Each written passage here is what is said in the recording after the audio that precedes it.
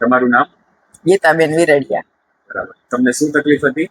ઉધરસની અને એસિડ આમ ઉપર ચડે એટલે એના હિસાબે ઉધરસ આવતી હતી. કેટલા વર્ષથી તકલીફ હતી?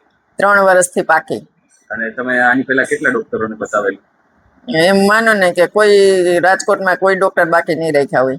એમડી, ફેફસાના ડોક્ટર, પછી છેલ્લે આપણે એન્ડોસ્કોપી કરાવ્યું હતું પેટનું. ત્યારે એ કીધું કે તમારે અંદર આપણે વાલ્વ હોય ને એ એમ કે ખુલ્લી જાય છે, એને હિસાબે એસિડ ઉપર થાય છે અને એને લીધે ઉધરસ આવે છે. એટલે એને દવા આપી હતી તો એની દવાથી થોડીક રાહત થઈ, પણ પાછો એનો પ્રોબ્લેમ.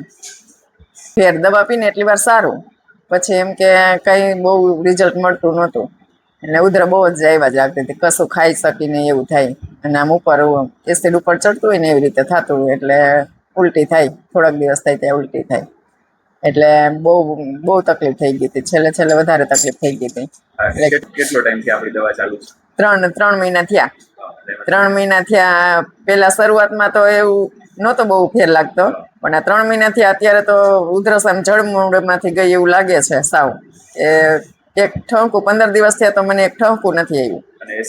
એસિડ ચડતો તો એમાં બહુ સરસ રાહત છે. હવે ખાઈ શકું છું, પેલા તો ખવાતું જ નહીં, કઈ કશું જ ન ખાઈ શકતી.